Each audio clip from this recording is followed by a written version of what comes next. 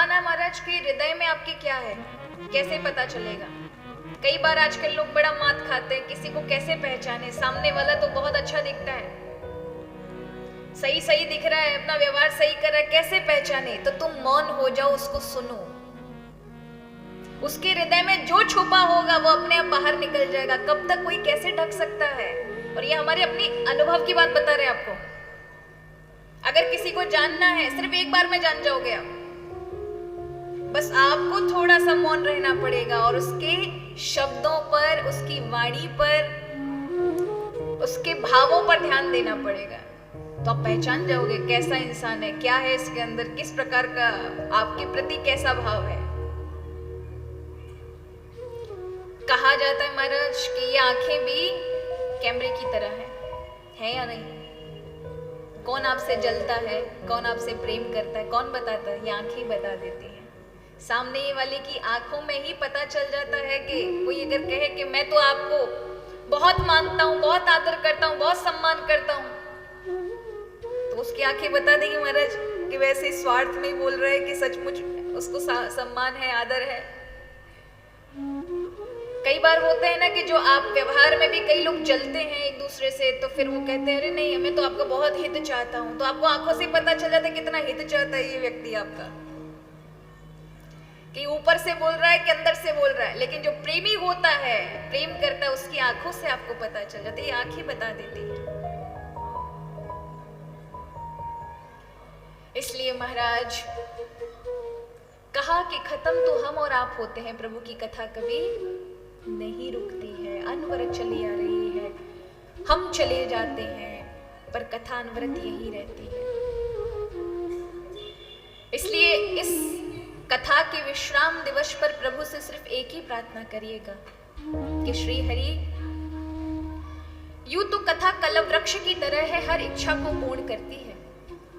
यहाँ जितने भी श्रोता बैठते हैं, अगर एकाग्रता से आप कथा को श्रवण करते हैं पूरे ध्यान और लग्न के साथ, तो आपके हृदय में छुपी हुई कई कामनाएं जो आप यहाँ प्रभु के समक्ष नहीं बोल पाए हो, वो भी कथा पूरी कर देती है। इतनी बड़ी कलववृक्ष के समान है।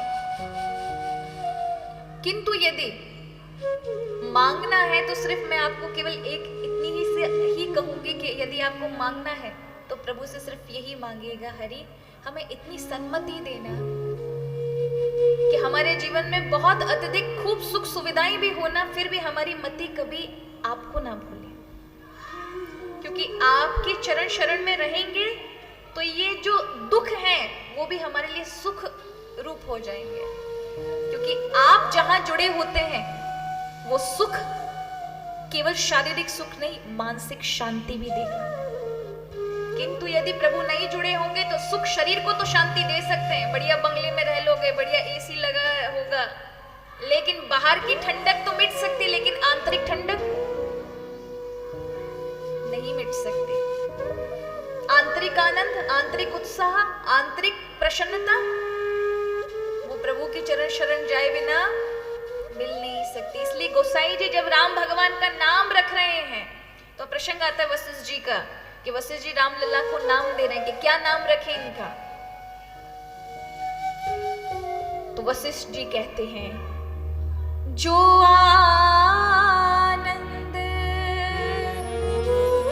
सिंधु सुख राशि। सिंधु माने समुद्र, भगवान श्री राम क्या है? आनंद का, सुख का समुद्र है। जो आनंद सिंधु सुख राशि, सीकरते त्रलोक सुपासी। सीकरते त्रलोक सुपासी, त्रलोक प्रसन्न हो जाता है। अब सीकर क्या है? आपने बाल्टी में पानी लिया, लोटे से गए महादेव जी के मंदिर में, लोटे से पानी लिया। अब पानी बाल्टी में जब आपने लोटा डाला तो फिर हाथ भीग गए, आपने लोटे को रखा, लेकिन कुछ बूंदे आपकी हाथों की उंगलियों में लगी होंगी। अब उंगलियों में लगी हुई जो टपक रही है यहाँ पर, उनको हल्के से छींटे मारोगे तो वो करोड़ों में हो जाएंगी बूंदे। वो छोटी सी एक बूंद जो आपने ऐसे करके मारा और उसकी करोड़ों बूंदे हो गई, उसको कहते सीकर। वो छोटी सी एक बूंद ऐसे झटके से गिरी तो गिरी, अनेक रूप बन के, वो है छोटी सी बूंद को सीकर। सीकर ते इतनी छोटी बूंद से लेकर के पूरे त्रैलोक को भगवान जो सुख आनंद प्रदान करने वाले हैं, कौन है वो? केवल राम है, प्रभु है, जो आनंद के समुद्र हैं, जिनसे व्यक्ति आनंद पा सकता है, क्योंकि आनंद बाहर नहीं है। बाहर तो केवल सुख मिलेंगे जो भगवान ने बनाए हैं, सुख दुख। आनंद भगवान का रूप है जो स्वतः भीतर से आता है। इसलिए कहा ये आनंद तो केवल और केवल प्रभु दे सकते हैं, उनका नाम, इसलिए उनसे जुड़े रहें। तो फिर क्या होगा? बोले जीवन में आनंद भी होगा, क्योंकि सुख दुख कभी समाप्त होने वाले नहीं है। इस उसमें कभी मत बैठिएगा। किसी को लगता हो कि भगवान की शरण में जाके सुख दुख समाप्त हो जाते हैं? हाँ, ये है, सुख दुख चलते रहेंगे, लेकिन आप पर उसका असर नहीं होगा, क्योंकि भगवान आनंद की कोटेड कर देते ना महाराज। आनंद के उसमें आपको बाउंड्री में खड़ा कर देंगे, सुख दुख आएंगे, लेकिन आप उन सब चीजों से इतने ऊपर होंगे कि वो आपको एक छोटे से गाय के खुर के बराबर लगेंगे। जो लोगों को समुद्र जैसे दुख लगेंगे, आपके लिए वो नॉर्मल है। आपको देख के अन्य लोग भी आपसे आदर्श लेकर के अपने जीवन में डरेंगे नहीं, अपितु आगे बढ़ेंगे। इसलिए कहा कि भगवान आनंद के समुद्र है। केवल हम कथा सुन रहे हमें ही आनंद करें ऐसा नहीं है। पूरे त्रिलोकी को, जितने जीव हैं, सबको आनंद प्रदान करने की शक्ति है प्रभु में।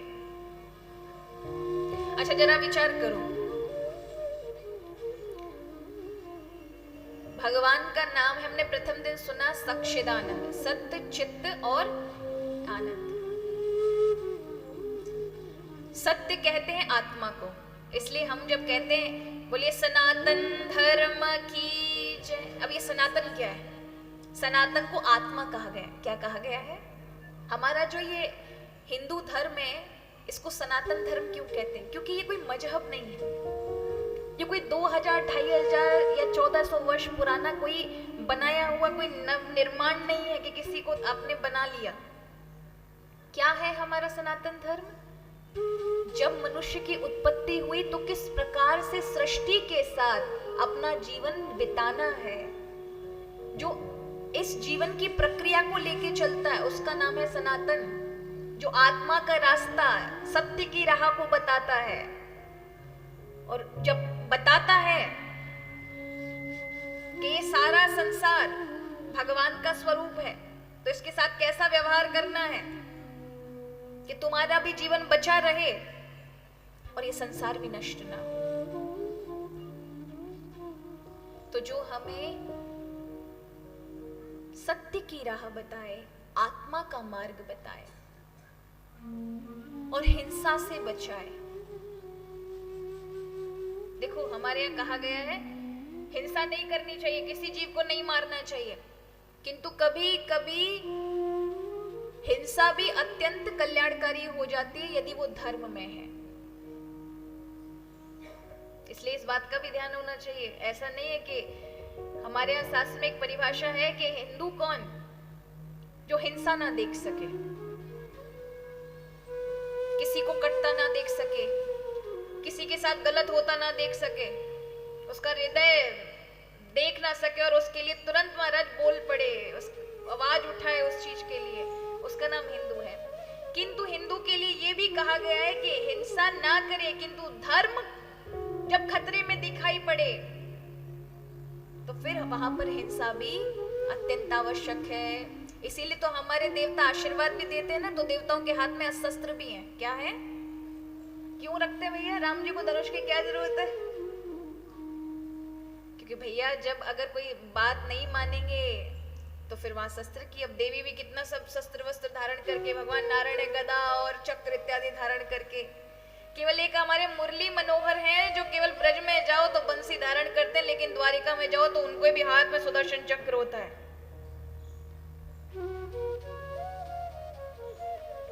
इसलिए कहा कि हमारे जीवन में अहिंसा होनी चाहिए कि हम हिंसा ना करें, अहिंसक हो हम। किसी को कष्ट ना दे, प्रकृति को कष्ट ना दे, किंतु कभी धर्म के प्रति हिंसा करनी पड़े तो वो हमारे लिए धर्म है। किसी को हमारा पैर कट गया हो या कोई चोट आ गई और डॉक्टर को उसका हाथ काटना हो, और वो एक नहीं तो सेप्टिक बन जाएगी आपको। अब देखो, देखा जाए दूर से तो वो हिंसा है हमारा, उसका हाथ काटे जा रहा है, पर देह क्या है? प्राण बचाना। डॉक्टर जब ऑपरेशन करता है तो कितने सारे बैक्टीरिया इत्यादि सब मर जाते हैं महाराज, कई प्रकार के रोगाणु। अब आप कैंसर जैसे रोग को ही देख लीजिए, वो कीमोथेरेपी देते हैं तो कितना कुछ महाराज सब नष्ट हो जाता है। जीवाणु जो हमारे पाचन तंत्र के, वो तक नष्ट हो जाते हैं। पर वो किस लिए कर रहा है? अगर ऐसे देखे तो उसने अनेक अनेक जीव हत्या कर दी, किंतु उसमें ध्येय है उस मनुष्य के प्राण बचाना। अगर आप कोविड को देखें तो कोरोना वायरस के जितने भी जीवाणु थे, उनके लिए यदि हम अहिंसक हो जाते तो क्या होता? पूरी आधी दुनिया नहीं, पूरी दुनिया खत्म कर देते महाराज। पर इस समय मानवता को बचाना ये परम धर्म है, और उसमें हिंसा अगर होती है तो वो धर्म मानी जाएगी, क्योंकि उससे मानवता बच रही है। तो यहाँ कई बार हिंसा भी धर्म में कहलाती है।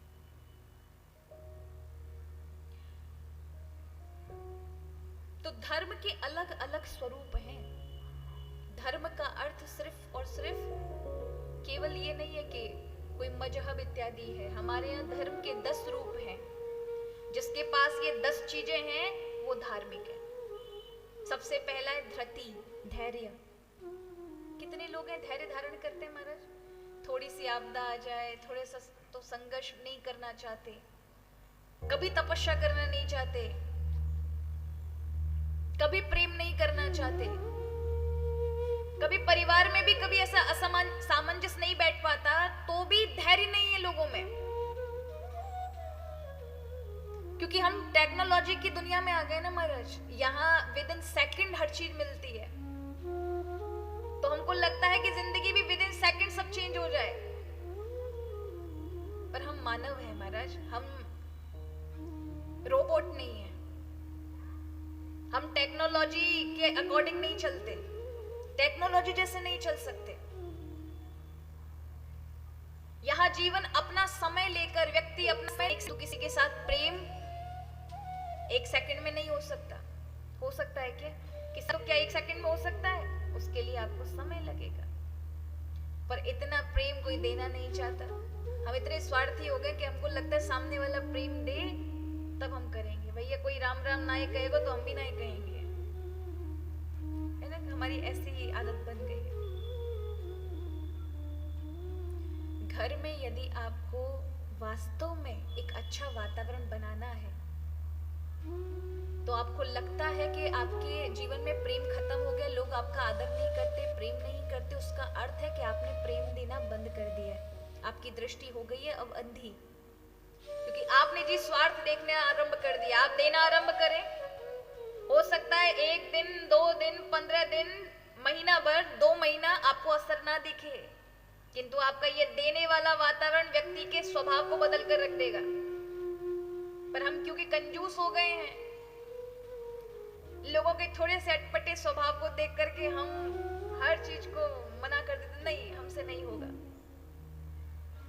व्यक्ति को यदि कोई बदल सकता है हृदय से, तो वो प्रभु का ये जो आपको उपहार दिया ना, ये प्रेम ही है। जहां स्वार्थ आता है तो अच्छे अच्छे संबंध भी खत्म हो जाते हैं, फिर कहीं नहीं। और आपने एक संबंध विच्छेद किया, 1000 संबंध आगे टूटने वाले हैं आपके।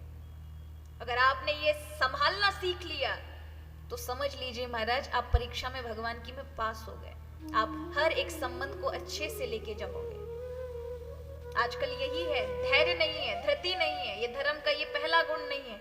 इसलिए सब कुछ, हर चीज में, हम जिस भी क्षेत्र में, चाहे वो संबंध के लिए हो, अपना खुद का आजीविका संबंधी कोई कार्य हो, हर कहीं पर हम कहीं ना कहीं धैर्य ना होने के कारण उसका परिणाम सही तरह से नहीं पाते। एक गांव में एक सास थी और उसकी बहू से नहीं बनती थी। प्रतिदिन लड़ाइयां होती थी दोनों में। इकलौता बेटा था, तो वो बहू इतनी परेशान कि मेरी सास बहुत अत्यधिक मुझसे लड़ती है, कोई भी आता है बाहर का उसके सामने तारीफ तक नहीं करती, उल्टा सीधा बोलती है।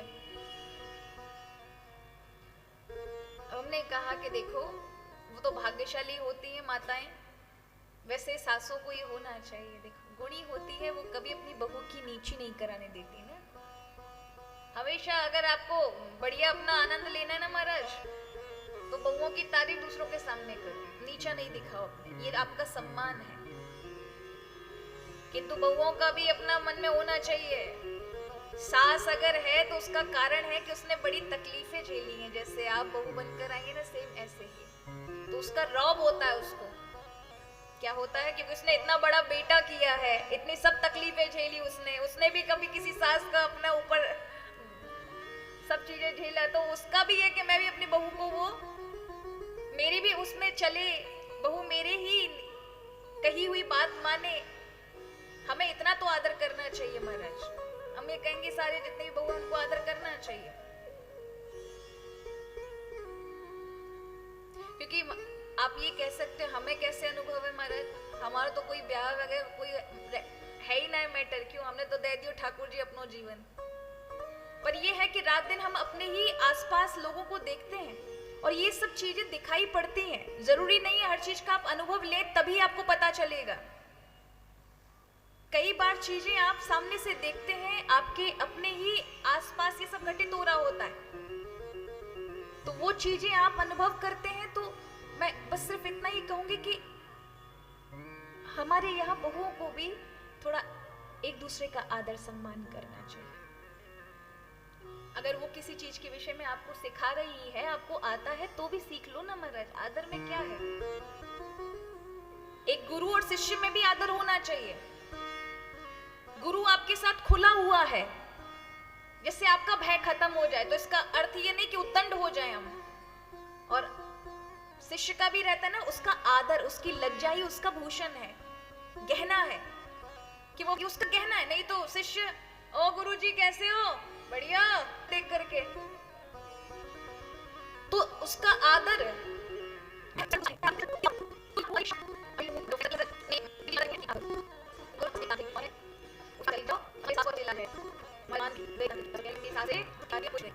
देखो, ऐसा तो मुझे ये 6 महीने के बाद मर जाएगी और बचेगा, पर ये है कि इन 6 महीने के अंतराल में तुम्हारा जो तीखा स्वभाव है उसको बदल लो, उसकी सेवा करो, प्रेमवत रहो उसके साथ, क्योंकि तुम पे शक नहीं होगा। क्योंकि यदि वो देखेंगे तुम्हारा उनके साथ कड़वाहट व्यवहार है, तो फिर लोग तुम पे दोष देंगे, तुमने मारा, तो अपना व्यवहार संभाल लेना। उसने कहा ठीक है। प्रतिदिन एक एक बूंद करके उसको खाने में देती थी और अपनी सास की खूब सेवा करती थी। जैसे 1 महीने, 2 महीने, 3 महीने, 4 महीने, जब सास ने देखा कि बहू मुझे इतना प्रेम करती, मैं इतना सब कुछ करती हूँ, उसको उसका हृदय परिवर्तन हो गया। वो कहने लगी, इतना सब कुछ मैंने इसको सुनाया, लेकिन ये बहू मेरा कितनी सेवा करती, कितना, अब उसे क्या पता कि किस लिए सेवा चल रही है महाराज, कितनी सेवा करती है। अगर पति उसका बेटा कुछ कह देता तो लड़ जाती, तू निकल जा, मेरी बहू को कुछ कहा तो। अब उसने कहा, अरे ये मैं क्या कर रही हूँ, मेरी सास में इतना बदलाव। अगर कल को मेरी सास को कुछ हो जाता है तो मेरा पति का तो स्वभाव बहुत खराब है, ये तो समझेगा भी नहीं। क्या करूं मैं, कैसे करके अपने ऊपर, ये माता पिता के समान है, इसको मुझे जाने देना नहीं है। वो अत्यंत दुखी, सिर्फ 2 महीने शेष रह गए, 1 महीना न जाने क्या किस तरह से उसका निकला। दूसरे महीने अत्यंत परेशान हो गई, दौड़ के तांत्रिक के पास गई, मेरा सब कुछ ले लीजिए, मेरे ये गहने ले लीजिए, मेरे पास यही है, आप ये सब ले लीजिए, पर मेरी सास को जीवन दान कैसे मिलेगा। उसने कहा कुछ नहीं हो सकता, क्योंकि जो दवाई दी थी उसने तो असर करना चालू कर दिया होगा, आने वाले 15 दिन में उसकी मृत्यु मृत्यु है और उसका कारण तुम बनोगे।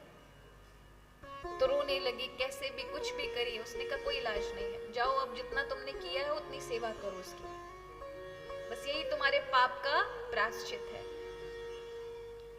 और वो प्रतिदिन सेवा करती है उसकी, और वो सास भी बहुत उसको प्रेम करने लग गई। लेकिन अब बहू का मन नहीं रहा, क्या करे, सारे टाइम रोए सारे टाइम रोए। तो सास कहे, बेट वो क्या तकलीफ है तुझे, बेटा कुछ कहता है तुझे, किसी ने कुछ कहा, मायके वाले से परेशान है क्या है, तो कुछ ना बताए पर रोती जाए। और हृदय से लगा लेती सास को। अब केवल 5 दिन शेष रह गए तो अत्यंत घबरा गई। दौड़कर वो तांत्रिक के पास जाती और कहती है, अब चाहे कुछ भी करो, सब कुछ ले लीजिए मेरा, लेकिन मेरी सास को कैसे भी करके, क्योंकि मैं इसके बिना नहीं रह सकती। तो उस तांत्रिक ने कहा, जाओ वो पानी था, जहर नहीं था। और जब अगर मैं तुम्हें पहले बताता कि बेटी प्रेम करो तो तुम्हें वो बात समझ नहीं आती, पर तुमने द्वेष भाव से ही सही उसे जहर समझ के देती रही। वो केवल और केवल गंगा जल था, पर तुमने प्रेम सच्ची भावना से की, द्वेष से ही किया। लेकिन तुम्हारी सास का हृदय परिवर्तन हो गया। प्रेम सब कुछ कर सकता है, पर हम क्योंकि देना नहीं चाहते, हमें लगता है कि सामने वाला देगा, तो ये स्वार्थ हो गया ना महाराज। प्रेम का मतलब ही क्या है, चाहे भक्ति का ही क्यों ना हो, भक्ति में भी पहले दिया जाता है, अपेक्षा नहीं रखी जाती भगवान से, वहां से मिलेगा कि नहीं मिलेगा, हम दे सकते हैं।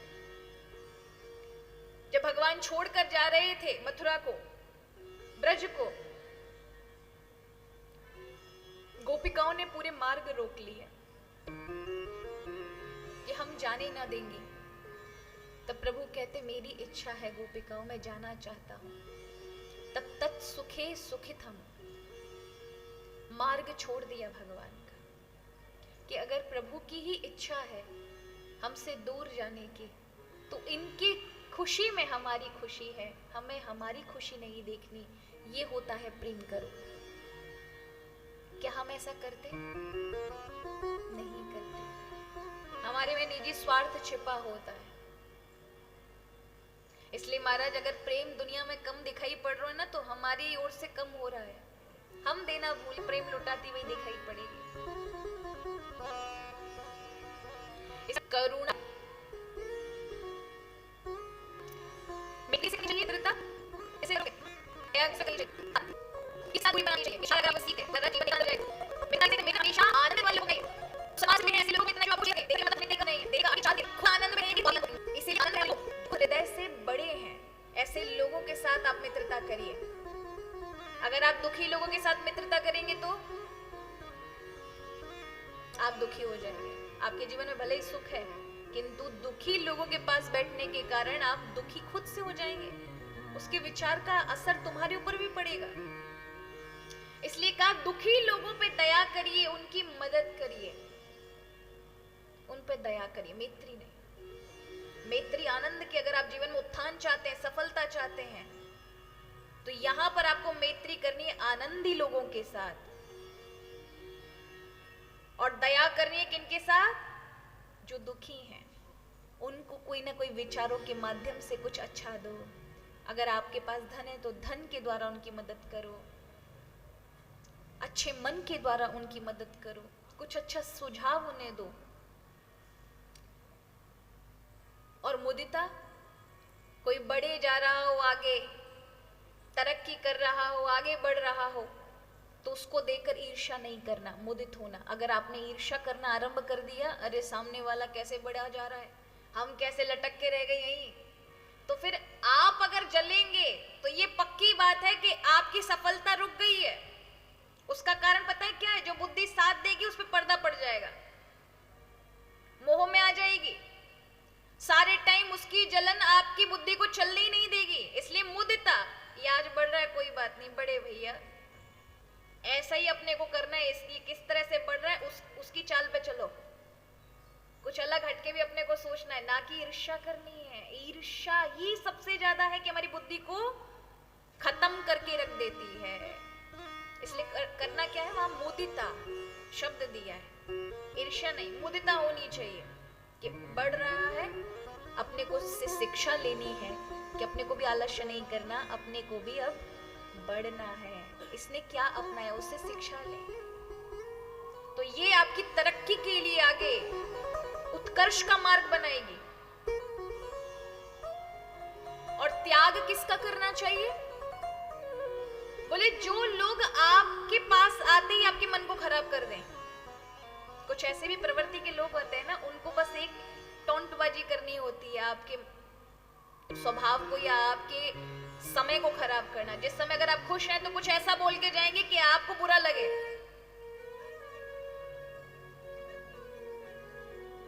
ऐसे लोगों के लिए है कि ऐसे लोग यदि आपके परिवार में ही रहते हैं तो शरीर से उनके साथ रहो, लेकिन मन से इनडिफरेंट रहो, मन से थोड़ी दूरी बना के रखो। मन से दूरी माने उनका कचरा अपने अंदर मत डालो। हम घर की सफाई करते हैं तो क्या करते हैं? कचरे का डिब्बा कहाँ होता है? पूरे घर में फैला होता है या एक जगह होता है? कितना सा होता है? छोटा सा। वो तो ऐसा तो नहीं है कि पूरे घर में ही कचरा फैला देते हो। उसे उठाते हैं, एक डिब्बे में रखते हैं, और ज्यादा कचरा अपने घर में रखते भी नहीं। क्या करते हैं हम? फेंक देते हैं। आप ये करते हैं? आप कचरा पूरे सब जगह फैलाते हो, पूरे मन में जगह जगह उस कचरे को और बढ़ाते हो। जबकि करना क्या है? हमें ऐसे लोगों के कचरे नहीं चाहिए। इसलिए आपको मन से ऐसे लोगों की बातों को बिठाना नहीं। अगर आपने बिठा लिया तो भी आपकी सफलता रुक जाएगी। आप सारे समय ऐसे ही लोगों को सोचते रहोगे, ऐसे ही लोगों को सोचते रहोगे।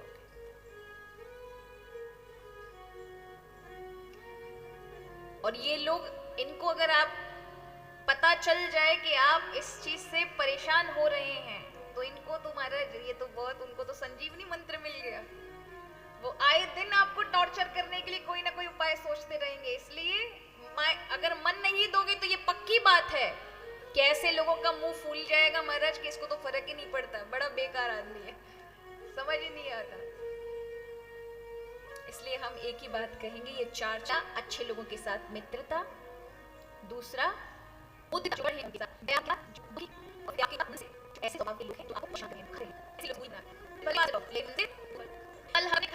भगवान का प्रथम विवाह हुआ के साथ। ये बड़ी भीष्म जी की साक्षात लक्ष्मी का कही गई है।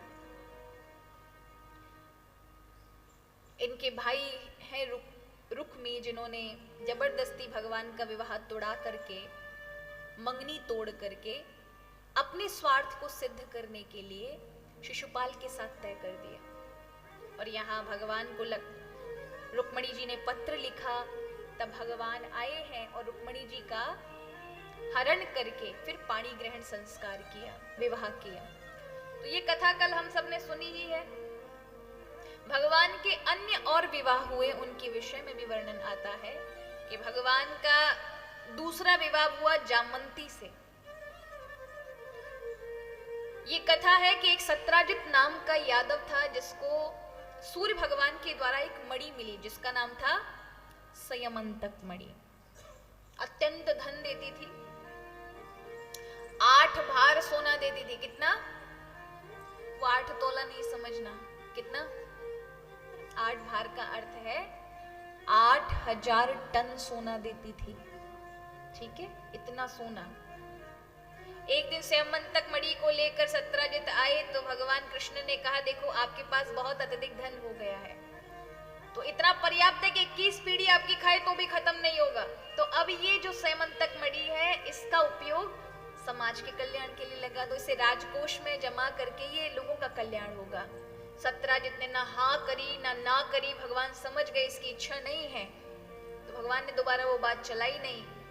सत्राजित कई दिनों तक भगवान की सभा में नहीं आया, और एक दिन उसका छोटा भाई प्रसेन अपने भाई सत्राजित से वो मणि लेकर जाता है कि मैं अपने मित्रों के साथ जंगल जा रहा हूँ भैया, ये मणि मुझे मिल जाएगी। तो इस मणि की चमक ऐसी है कि कोई जिसको भी देखे, जो भी देखेगा तो उसे लगेगा कि मेरे पास कुछ चीज है। सत्राजित ने कहा, देखो मणि लेके तो जा रहे हो, लेकिन ध्यान रखना ये मेरे लिए बहुत कीमती है, इस पर 1000 लोगों की निगाह है। बोले आप चिंता ना करें। प्रसेन जाता है जंगल में और वहां से 15 दिन हो जाते, लौटता नहीं। फिर तो पूरे द्वारिकापुरी में ये अफवाह उड़ जाती है। सत्राजित कहता है, लोगों से कहने लगता है कि भगवान कृष्ण ने मेरी मणि को चुरा लिया, मेरे भाई को मुझे लगता है मार डाला, और इस कृष्ण की तो नीयत मेरी मणि पर थी, इसने चुरा ली। कुछ लोग होते ना हमारे समाज में, कुछ बात पता चले तो महाराज एक, फिर दूसरा, फिर तीसरा, फिर चौथा, फिर पूरे समाज में वो बात फैल जाती। बस पता चलना चाहिए, उस पर एक लेवल और लगा हो, किसी को बताना नहीं। जो हम बता रहे हैं ये किसी को नहीं बताना, फिर तो आप समझ लीजिए सबको पता चलनी है।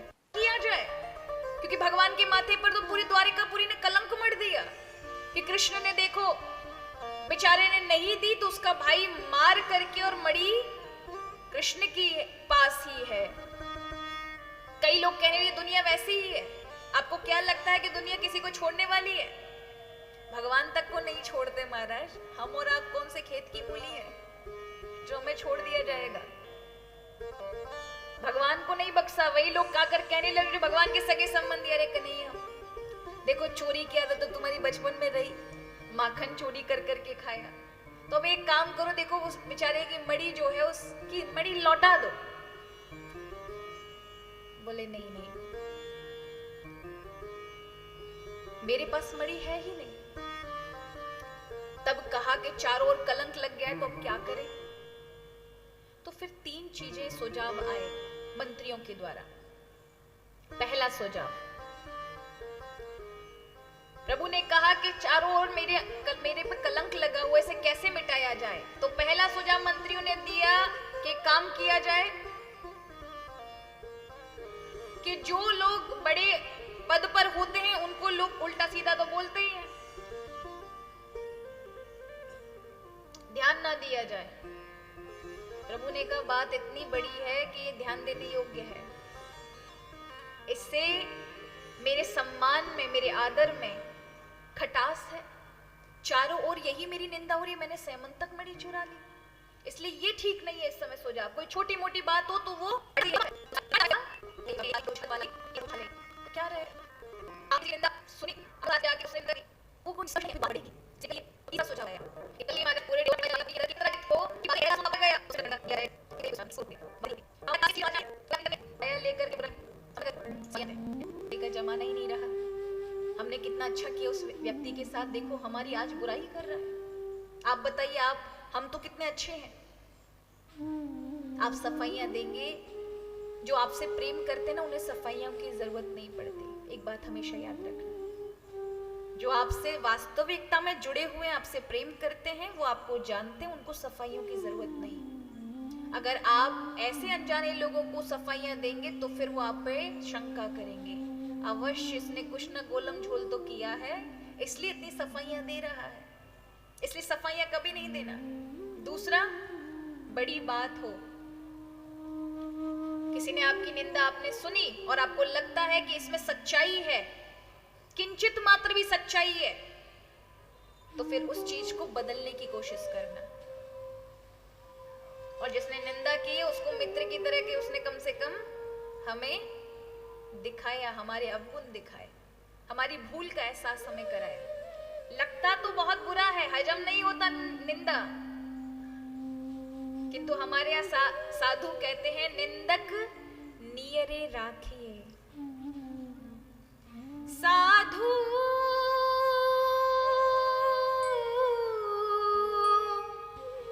निंदक मित्र हमारा। साधु संत कहते हैं निंदक कौन है? मित्र है हमारा। कैसा मित्र है? बोले इतना घरेलू मित्र है कि कोई इतना काम नहीं कर सकता जितना ये निंदक करता है। माता तो हमारे मल मूत्र अपने हाथ से साफ करती है, ये जिह्वा से साफ करता है। कैसे साफ करता है? हमारे मल, हमारे जीवन के अवगुण निंदा के द्वारा जिह्वा से साफ करता है, इसलिए हमारा मित्र है। तो यदि आपको सच्चाई लगे कि सामने वाले ने जो आपकी निंदा की उसमें सच्चाई है, तो अपने आप को बदलना और उसको धन्यवाद देना। यदि मैंने ये जो शॉल पहनी है इसमें पीछे अगर कोई दाग है, मुझे दिखाई नहीं पड़ रहा, लेकिन आपने मुझे बताया, तो मुझे गुस्सा गुस्सा होना चाहिए या फिर उसे धन्यवाद देना चाहिए, भैया आपकी वजह से पता चला, मुझे तो पता ही नहीं था। अगर हमारी उस निंदा में हमें कमी नजर दिखाई पड़ रही है तो फिर हमें बदलना चाहिए उसको। और यदि दिखाई पड़ता है कि हमारी कहीं कोई गलती नहीं है, सामने वाला, अधिकतर यही बात होती है, सामने वाले झूठी निंदा करते हैं, तब उस समय भगवान कृष्ण की ये बात याद रखना, उस चीज को इग्नोर नहीं करना है, उस चीज पे सफाइयां हमको नहीं देनी है, उस चीज पे हमको उसी की जैसे निंदा भी नहीं करनी है। करना क्या है? सत्य खोजना है, ये बात उठी क्यों है। भगवान कृष्ण ने कहा बात यह है कि मणि के पीछे ये पूरी लड़ाई है, मणि मेरे पास नहीं, सत्राजित को लगता है मणि मैंने चुरा ली है, सत्राजित के पास मणि नहीं है, तो मणि इस समय है कहां? मणि को ढूंढा जाए। अब मणि मिलते ही सब हमारे ऊपर लगा लगाया कलंक धुल जाएगा, कुछ करने की जरूरत नहीं है। और प्रभु गए जंगल की ओर और वहां पर प्रसेन मरा हुआ मिला, लेकिन मणि नहीं थी, उसे एक रीछ छुड़ा कर ले गया। एक गुफा में प्रभु जाते हैं, वहां पर अंदर जाने के बाद देखते हैं कि एक कन्या है, रीछ कन्या, और उसके हाथ में मणि है। जामवंती जी हैं ये, मणि लगी हुई उनके हाथ में, देखकर भगवान कृष्ण देखते यही मणि है, दौड़ते हैं। तभी अंदर से बलशाली एक रीछ निकल कर आता है और भगवान के साथ बाहु युद्ध करता है। 28 दिन तक भगवान का ये युद्ध चलता है। 28 दिन के बाद जामवंत जी जो इस रीछ के रूप में लड़ रहे हैं, जामवंत जी हैं ये कहते हैं कि ये कौन बलवान है जो मेरे से इतनी ताकत लगा के लड़ रहा है और अभी तक थका नहीं, मैं हारता जा रहा हूँ, मैं थका जा रहा हूँ, एक बार देखूं तो सही ये है कौन। और पहचाना तो पता चला ये तो मेरे प्रभु श्री राम हैं। चरणों में पड़ गया, प्रभु आपने मेरे साथ युद्ध किया, आप बता नहीं सकते थे? प्रभु ने कहा मौका कब दिया? आते ही तो हम पे झपट पड़ो, तेने मौका दिया बोली को दिया। कैसे गई अपने बचाव का चाहिए था, मेरे हाथ लेके मैं तो पड़ के लगा ले। आपने मुझे युद्ध किया, क्यों किया? अवतार में तो इच्छा भी नहीं, जब सब कुछ नहीं रहा तो मैंने कहा से भी कुछ मांगने की हिम्मत नहीं, नहीं चाहिए। कोई लिखना है कि कोई भी मेरा पूरा ले आप ले एक मालिक मेरा यार नहीं होता, लेकिन तुम्हारी इस कामना को अवश्य अगले अवतार में पूर्ण करेंगे। और भगवान कृष्ण कहते हैं कि हमारा तो ये अवतार हुआ ही भक्तों की कामना को पूरा करने के लिए है। कोई भी किस कामना से आए सबको पूरा करते हैं, हमारे ये अवतार इसीलिए। तो कहा प्रभु यदि आप कामना को पूरी करते तो मेरी एक कामना है। प्रभु ने कहा बोलो। बोले प्रभु अब तक तो हम सेवक स्वामी है, थोड़ा करीब वाला रिश्ता बनाए। प्रभु ने कहा कैसा करीब वाला? बोले हमारी इच्छा है कि आप हमारे जवाई बन जाएं, दामाद बन जाएं और थोड़े संबंधी हो जाएं, आप थोड़े निकट हो जाएं। मेरी एक बेटी है जामवंती, उसके लिए वर आपसे अच्छा कोई ना मिलेगा। प्रभु मैं निश्चिंत हो जाऊंगा, मेरा जीवन कृतार्थ कर दीजिए। प्रभु के चरणों में पड़े तो प्रभु ने जामवंत जी को उठा के हृदय से लगाया और कहा आप मेरे दिव्य भक्त हैं, आपने मेरी पूर्व के युग में भी बहुत सेवा की है, इसलिए इस फलस्वरूप में आपकी बेटी का हाथ ग्रहण करता हूं। और भगवान ने विवाह किया जामवंती जी से। तो भगवान का इस प्रकार से ये दूसरा विवाह हुआ। जामवंती और मणि को लेकर प्रभु द्वारिका आए और मणि दी सत्राजित को बुला करके और कहा कि तुम्हारा भाई मरा हुआ था जिसको रीछ के हाथों वो मारा गया, और वो मणि जो है उस रीछ से मैं लेकर आया हूं। अगर तुम्हें विश्वास नहीं है तो हमारे पास में ये जामवंती बैठी है, इन्हीं के पिता से मैं मणि लेकर आया हूं युद्ध करके, और उसके फलस्वरूप ये मणि और जामवंती मुझे मिली है। तब तो सत्राजित को मारे। वही लोग जो भगवान को दोष दे रहे थे ना, अरे ये तो चोर है, ये तो ये है, वही कहने लगे सत्राजित तो बहुत बुरा है, हमको तो पहले से ही पता था भगवान ऐसा कर ही नहीं सकते। दुनिया ही ऐसी है महाराज। कभी कोई निंदा करने वाले झूठी निंदा कर रहे हो, जब सच्चाई खुले तो उनके मुंह कैसे होते हैं? कैसे होते हैं? 12 बज जाते हैं महाराज, पर आप 12 बजाने नहीं जाते, पूछने जाए गुरु भैया जो आपने झूठ बोला था उसका क्या हुआ? वो तो ऐसी बात निकली नहीं। तो इतने बेशरम इंसान है इस कलयुग के महाराज, नाम मात्र की रत्ती भर फर्क नहीं पड़ता।